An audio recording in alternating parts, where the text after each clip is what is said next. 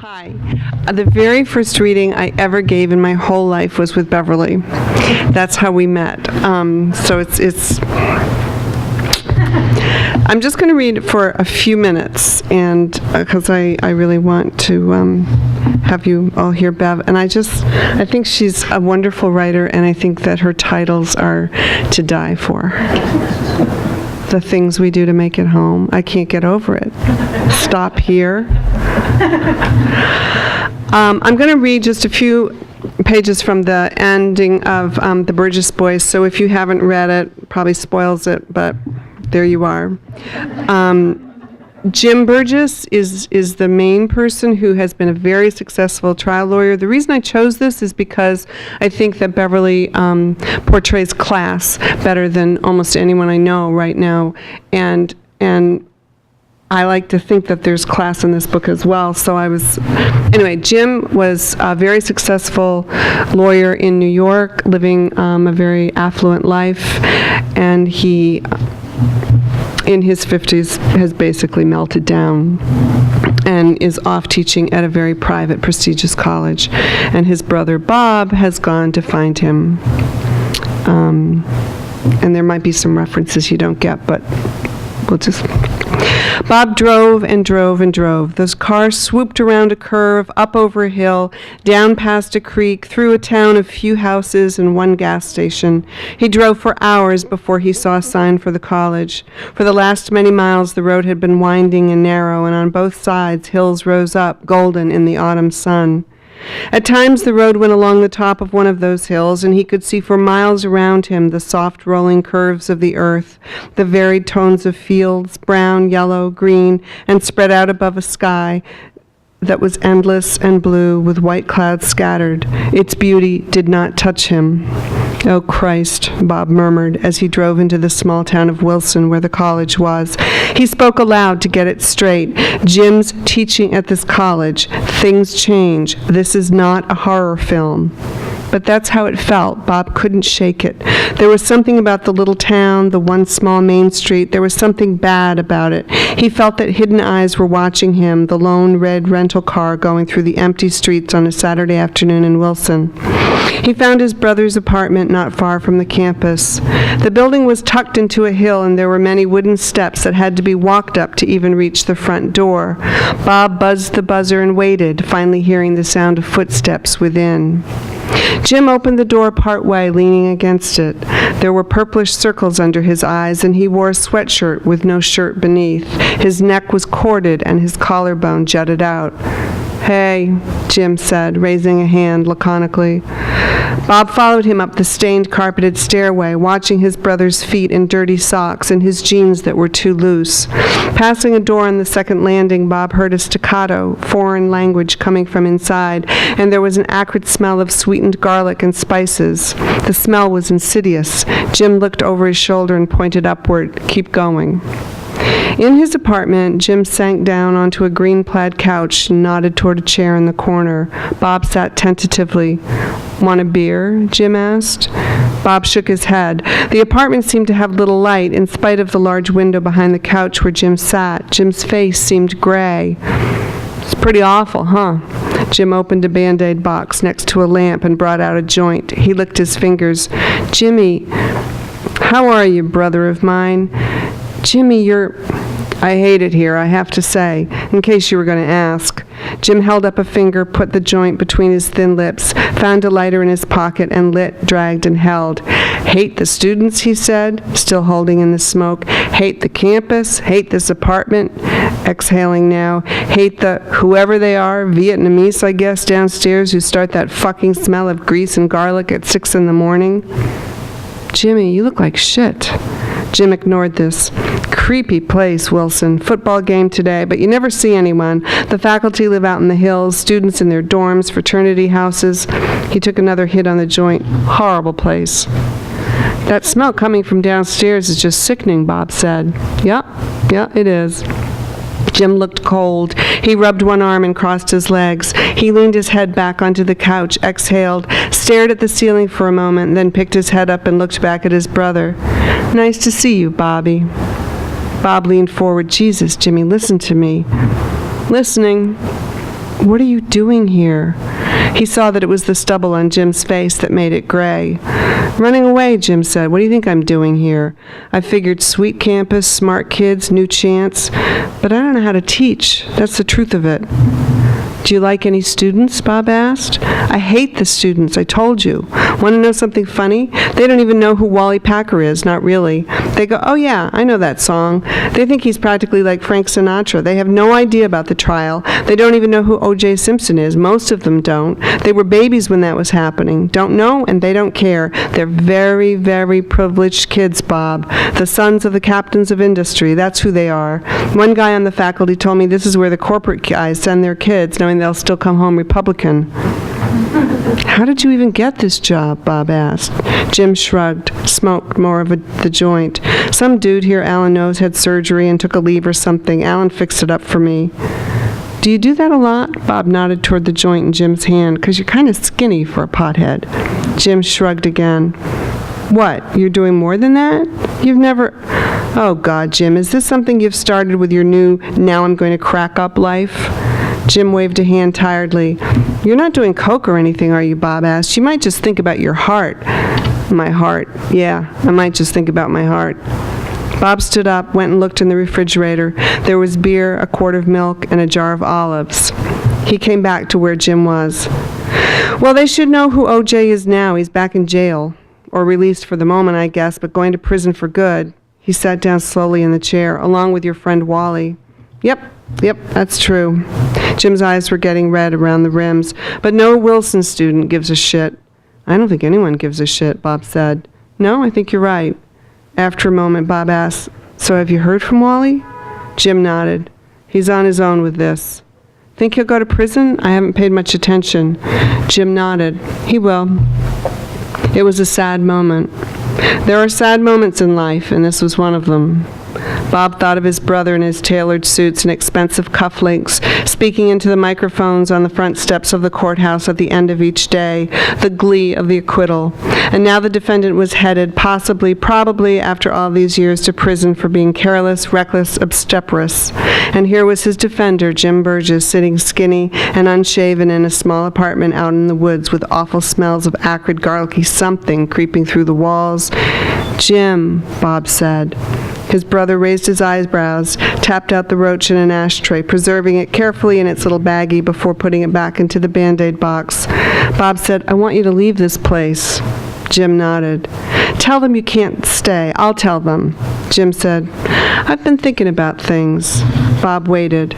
"And one of the things that is so clear to me, so strikingly clear, and trust me, not much is clear, but one thing is, I don't have any idea what it's like to be black in this country." "Excuse me?" Bob said. "I mean it, and neither do you." "Well, of course not," Bob said. "Jesus, did I ever claim to? Did you ever claim to?" "No, but that's not the point."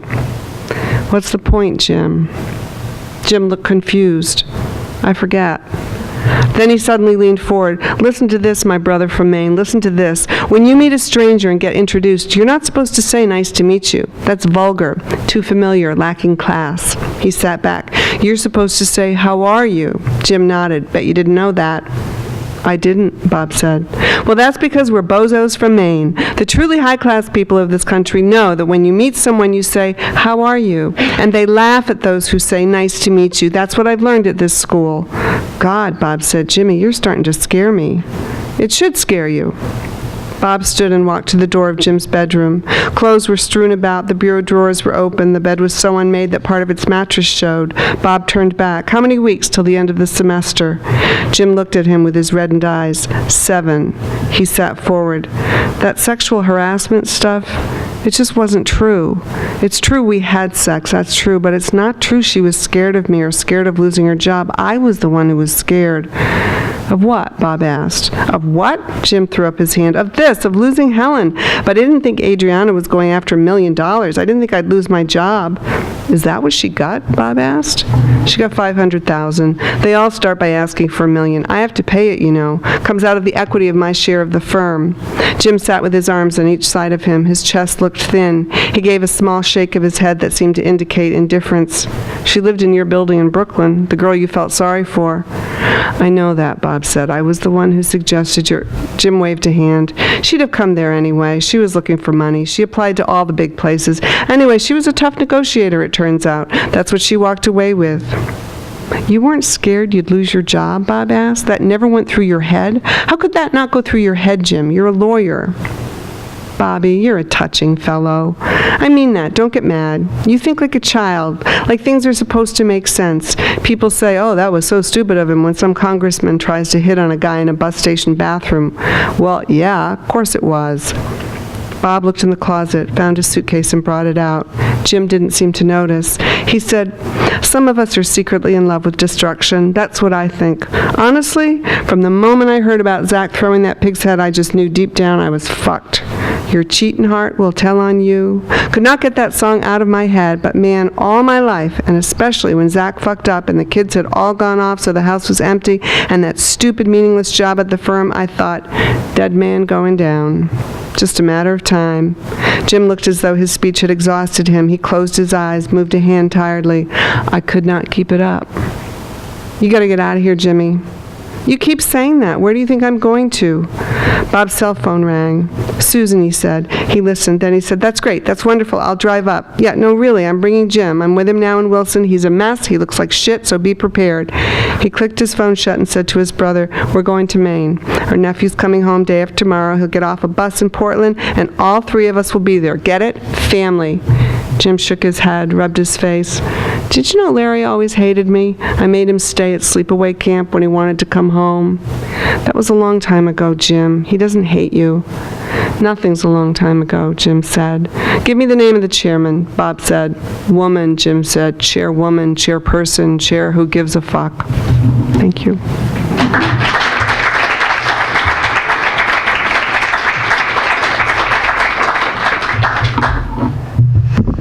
Thank you, my very talented friend. I'm going to read two brief sections. The first section is just an introduction to the diner, where everybody knows each other and is the locus of the book. And the second section has to do with the guy who runs the kitchen. His name is Nick, and his daughter Glory, who's 18, and Ava, who is the waitress.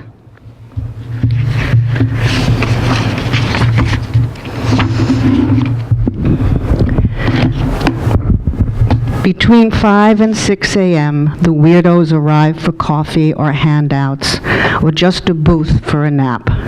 It's too early for real people, but somewhere out there, beyond the still dark parking lot, Ava can hear the first few cars in what will become the morning rush. Nick is in the kitchen checking inventory. Bruce will show up late. Mila won't get there till 10. Rosalind is probably still asleep. And Murray, well, he'll arrive at 8, sharp, to check on everyone. The first pale light skips over the missing floor tiles, illuminating the ashy black linoleum beneath. Soon the sun will burnish the white Cape Cod houses that dot the nearby shallow hills. Even on cloudy days, a narrow strip of pink appears in the sky for a few seconds. It's the play of light that tells her the hour, not the bold round clock on the wall. For the only time all day, the marbled Formica counter is free of dirty dishes. On the back ledge, there is an array of pies and cakes that arrive when she does. Taped on the wall over a tray of water pitcher and glasses is the list of blue plate specials. Murray insists on varying them daily, and it drives Nick crazy. How many different ways can you serve a piece of meat? The gold-edged mirror reflects empty red vinyl booths and small black tables. The last sugar container is filled, and bored, she's propped on a stool, leafing through the old Newsday when the door chimes its ridiculous chime, and he walks in. Next section. Nick opens his eyes. The room is hot, his mouth dry. A dreamless sleep, thank God. Hoisting himself off the bed, he stares at his feet, but remembering depresses him. The old wall clock reads 6:20. Yesterday he conked out for 2 or 3 hours. Today 10. His whole life lacks regulation. Glory's in the kitchen, noisily preparing dinner. Ever since his wife died, the girl cooks. The girl can't cook, but whatever she serves, he eats. After a shower, he pads to the kitchen, the table set for 2. Glory seems nervous, excited even, as if she can barely contain news. What is it, he asks. She studies him for a second. Let's eat first. Tension grips his body. I don't think so. The group I told you about, the one I spent the afternoon with, they're amazing. They're part of an organization that's global. People from lots of different countries go together to become witnesses for peace in the Middle East. It's a way to stop the killing and the torture, to show the rest of the world all the evils that are going on so we can eventually stop them. She's nearly breathless, her eyes shining. Out of the question, Glory. Dad, I don't need your permission. I thought I'd have your approval. You believe in peace. I'm not sacrificing you for it. I'm not going to die, honestly, Dad. She gestures impatiently. I can't process this now, Glory. His hand flies up to swat it away. The colors of a migraine seem close. Her light blue eyes take him in. Her translucent skin tight around that tiny nose, her rosebud mouth. She's barefoot in jeans and a t-shirt, her costume of the month.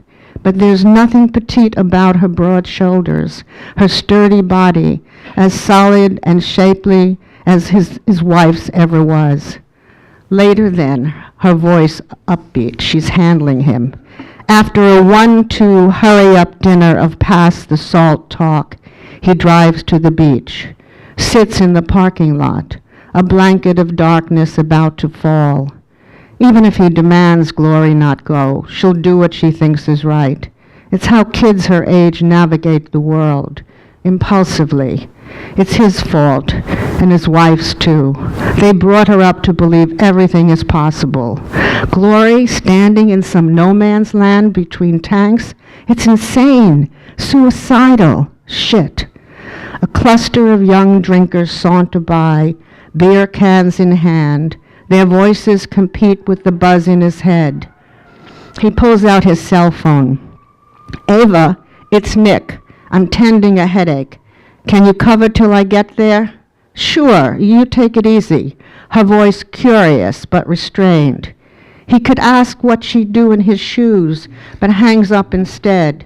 Her input might increase his anxiety, and he doesn't have any pills for that.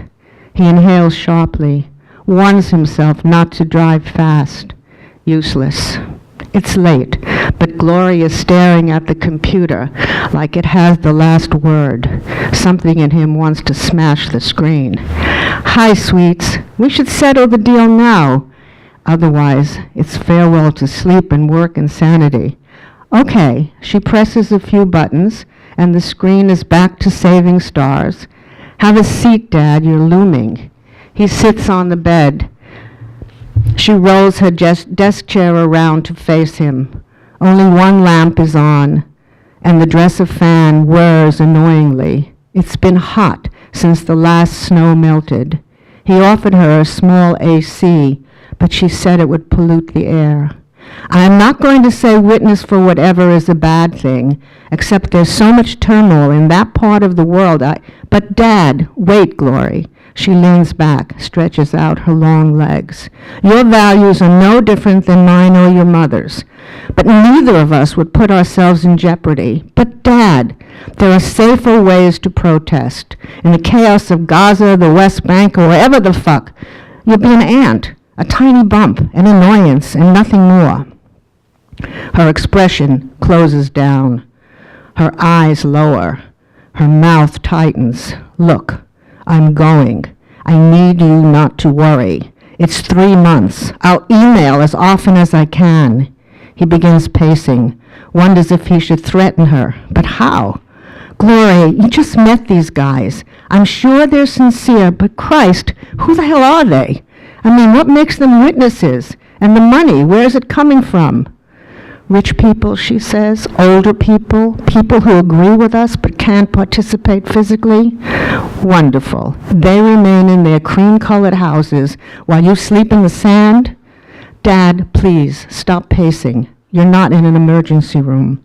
I need to be involved with something bigger than me, she explains as if he were the child. I don't want you going, Glory. He's trying to keep the volume down.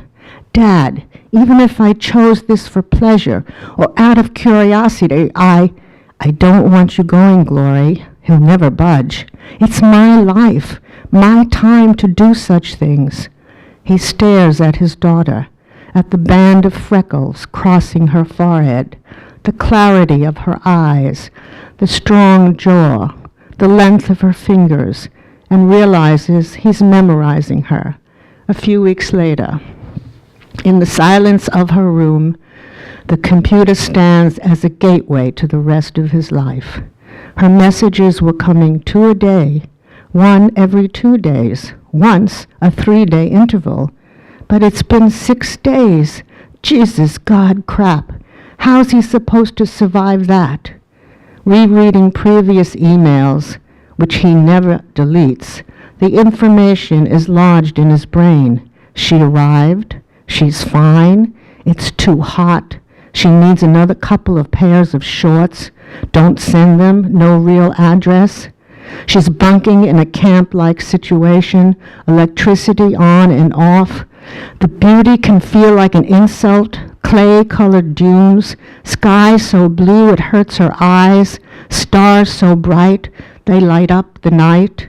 The misery, the poverty, the kids are killing her, hopeless, depressed by age 8. Her last email bragged she could say words in Arabic, some in Hebrew. Tan, Dad, she wrote.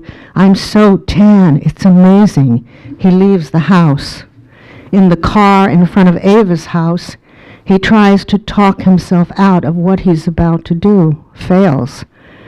He rings the bell with short staccato stabs.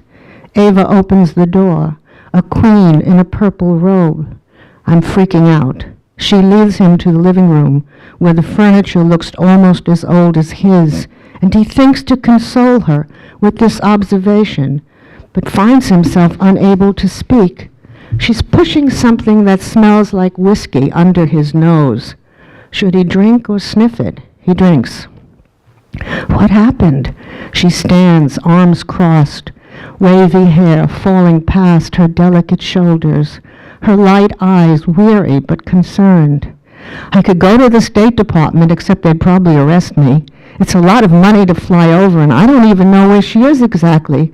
Ava, it's stupid of me to barge in like this, but we're friends, right? She sits beside him, her clean, soapy scent instantly calming. If something bad happened, you'd be contacted. You're next of kin. She sounds so certain, except his stories don't have happy endings. She was emailing, so what changed? The thing is, Glory's never on the same computer. If I'm at the machine, I reply instantly. I told her I have to hear from her. Children, she sighs. Have you slept? Couple hours. I should go home, but I'm too wrecked to drive. Is that true? Does she believe him? Her face reveals nothing. Do you want the couch for a while, she asks. He wants to close his hand around her long, thin fingers. Sure, but to his surprise, he follows his body to her bedroom. He takes in the yellow daisy wallpaper, the yellow lampshades, sunshine in the dark. A portrait of her husband is on the wall. The face gigantic, her dead husband. He recognizes the R&R quality, charcoal too quickly in some God-forsaken place, and wants to ask if it's how her husband really looked, but decides not to. The bed is queen size, the pillows numerous, waiting. He slips out of his shoes, turns down the yellow and green flowered cover. He stretches out. He's lost it. When she slides in beside him, he remembers hearing about men so exhausted they begin dreaming before their eyes close. But once more he inhales the sweet scent of her. "Who are you?" he says. "Why do you care?" Or something along those lines, he asks. "Who says I care? You're suffering. Is it a motherish thing? You're older than me. I can't be your mother. So? It's probably a mistake, but I want to be adventurous a little." He palms the cool smoothness of her cheek. "You're wonderful, hauntingly." But a weariness he doesn't want shoots lead through his body. "I can't believe this," he mumbles. Not that she wouldn't notice his limp prick. He strokes her hair. The silky strands tangle between his fingers. Then he subsides like a ship in harbor. Opening his eyes at an unfamiliar ceiling, the shades drawn, he remembers. Is he mortified or contrite? She's not beside him. Should he call her name? Her dead husband stares at him without affection. He walks into the living room. The TV is on, the volume low. She's dressed in a long black skirt, silky, with a white blouse open deep at the neck. "Drink before dinner?" she asks. "Dinner? It's nearly 6. You're kidding." "No," she says, so seriously he's embarrassed. "Where's your son?" he asks. "Helping Dina next door. I told him you collapsed and why. He offered to look online and see what he could find out about Witnesses for Peace." "You're extraordinary." He drops on the couch beside her, slides his arm around her slim shoulders, dips his chin in her soft hair, done up in some fancy knot. His fingers wander inside her blouse, find her velvety breast. With the heat of her throat against his lips, he cradles her head, maneuvers her legs onto the couch. She curls her body to make room for his. He thinks to say a few lovely words, but her eyes are closed, her limbs wrapping his. He enters a land where only distraction and satisfaction exist. I'll stop there.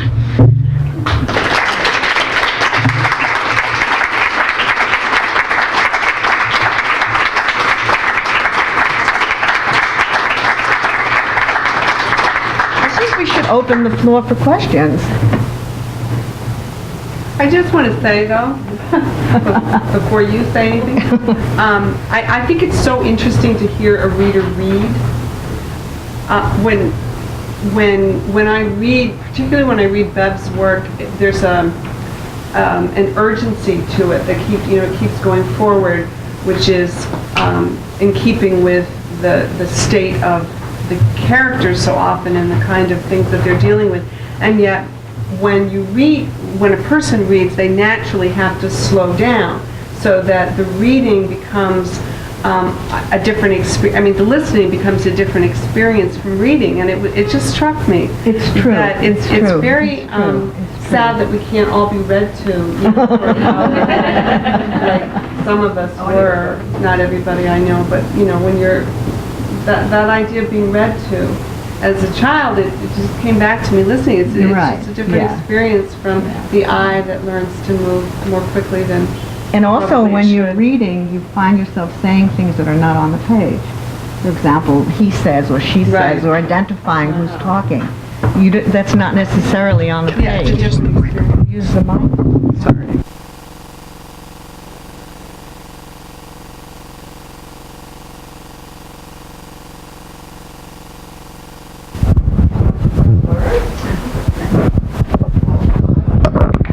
Your expression, path, salt, talk. Yeah. Those are wonderful. 1, 2, Yeah, it's such a wonderful image of them sitting there saying nothing to each other, and just lovely. And again, there's so much. Am I supposed to use it? Yeah. Anyway. On the bottom. There's. That's an example of how something slow, because the meal would be slow if nobody's talking, actually on the page goes by quickly. And I noticed that again, and then she's having this conversation, and then she's off, and she's been missing, so to speak, for a few days. And reading it is just it's just interesting. I found it very, very. Something that Liz told me one of the first times we went out to have a drink together. I think it was, she spilled a drink or something, and I immediately poured half of my drink into her glass. And Liz said to me, as the writer she is, it's the details that count. Well, that's quite a detail. Yeah. It tells you a lot about the character. Yes, it did. Yeah. Dan? She's in it. Two passages that you read bear some resemblance to one another. They seem to be, I don't know, similar in some ways. And I wondered if each of you consider yourselves influenced by the other. Liz, do you consider yourself influenced by Bev, and Bev influenced by Liz? I know you guys are great friends, and I wonder if you feel it happens in the writing. Do you want me to take it? An effect on you. Well, it's interesting in that Liz and I are very great friends and very close friends, but we don't share our writing while we're working on it. So maybe what we share is our personalities, our strife, our stress, but not our actual words on a page. Yeah, I honestly never know what influences me, but it is absolutely true that I never discuss my work, and I don't remember Bev discussing it except for the oi, kind of beginning of the evening. But it's hard. It would be impossible for me to say, but I think there's a good possibility. The personality or who knows, which comes first, the friendship or what. Also, I mean, although Liz and I grew up in separate parts of the world, basically we both understood struggle. And I think that's probably, Dan, what you might have heard and what made our writing similar. Yes. Can I just ask you both, how do you overcome writer's block? Do you look somewhere for inspiration? The $64,000 question. Do you want to try it first? Sure. The way I overcome writer's block, and this has been true for many, many, many years, is that I just write terribly. So I almost, well, now I'm scared to say it, but I almost never have a block. My version of a writer's block is to write such bad stuff that I can't even believe how bad it is, and it's very depressing and discouraging, and makes me feel awful. And I've come to recognize that's my writer's block, which I think is better than not being able to put the pen to the paper at all. So one, accommodates themselves to their disabilities. I also think in continuing from what Liz said, that going to write every day is the only way to overcome writer's block. Even if you sit there and write your name 1,000 times on a page, 1,001 times something will happen. But it's terribly important to keep the discipline to try and sit there, and it's painful, but it often works. For years and years I had a rule, and sometimes I still will do it if I'm feeling like, I just can't, how will I ever write again and stuff like that. But for years I had a rule, which was that I would sit in a chair with a pen and paper, and I would tell myself 3 hours or 3 pages, but you cannot leave until one of them happens. And I write by hand, and I would count a page as just one side. So it wasn't an enormous thing that I was asking myself to do, but it was always helpful, and to scale back expectations, to think, just that's why the 3 sides, it's like I can do that, anybody can write, terrible 3 sides. To not judge it, mainly. If I'm remembering correctly, last time you two read passages from the women's point of view, and tonight you both read passages that in the male. Interesting. So, and I'm particularly interested in gender and gender issues. How did you how did you get into the spirit, the soul, the tenderness of the men that you were writing about? That's a hard question. I mean, the truth is that whether it's male or female, we have to realize that every character you write about is yourself on some level, whether it's a male or a female. Of course, it's different in some ways to write about them. But I think that what Flaubert said is true. You know, c'est moi, when someone asked him how he could write Madame Bovary. And I think that part of my being able to write the men that I write about in my first book and also in this book is there's a certain sensibility I understand, and it goes back to class. And understanding that sensibility allows me to hear the voice, and that gives me a chance to express it. Well, I do think that men and women are different, so even though I'm always drawing upon myself, I completely agree with that. You have to draw upon yourself, but there are real differences, I think, and just being continually observant and knowing men. You know, I like men. I've had men friends. I have wonderful. I've been able to receive information, so to speak, and I read tremendously, and that helps as well. But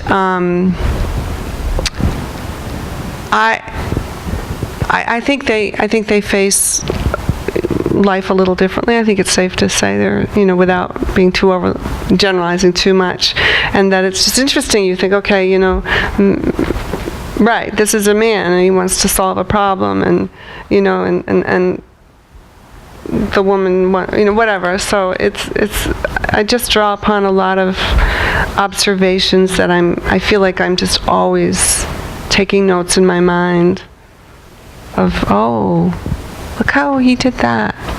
My husband's here. I don't want to make him self-conscious. No, he's not. I don't. He's not a study, but just living. You just say, oh, okay. I just Elizabeth, when she started, began with the question of class and work. I was wondering if either of you wanted to talk about the role of class in just American fiction or in your own writing. I mean, what do you? I don't even. It's just very open-ended. Yeah, it's a good question. More about class. It's a subject that doesn't come up. Exactly. Yeah. Do you want to? Go ahead. And Okay. then I'll have some. All right. Well, I think that this is something that I've recently written about, so it's in my head right now. That. Actually, class is not written about that much in American fiction. It's written about more in European fiction, in Latin American fiction, but it's really not written about in American fiction that much. And for me, I think I've always felt it missing. I felt it as something that I needed to change, that I needed to do something about. The voices in my head are the voices of people that I haven't read about, so I needed to put them on the page, and so that's where class stands with me. I'm really interested in this question because I think that it is written about, but it's not talked about as being written about. So that, if the critics aren't writing their criticism in terms of class, they're writing about something else, perhaps. But I think that any piece of literature that covers, a slice of society accurately has to be talking about class. But of course, we don't talk about class in this country. But I've often been surprised. My first book, Amy and Isabel, with a single mother working in a mill, raising her daughter, and nobody ever mentioned class. It's all about class because Isabel thinks she's superior to the people that she's working with in the mill. I mean, it's right there. Never, as far as I know, was ever mentioned about class. So. Alice Munro certainly is writing about class. She's representing a class in her work, but the dialogue about it, I don't feel like we're there. You want to say something? Okay. Yeah, I was gonna say if we have a last question, we're getting low on time, but are we ready to wrap up? Anyone have one more question? Could you talk a little bit about your process, like when you're going to start a new work? Oh, that's the worst. That's the worst moment of life. Talk about it. The worst moment of life, right? And it never gets better. Go ahead, Liz.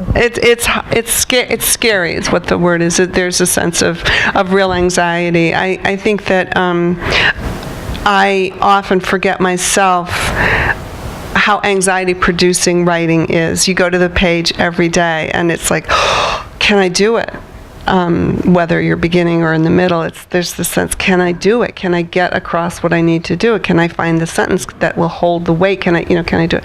So, and that's even higher at the beginning, because you haven't formed the clay yet to shape. So, it's scary. Nothing to add to that. Well, thank you so much for all of you coming out tonight. Thanks to Beverly and to Elizabeth for coming out and reading and telling us about their experience here. They are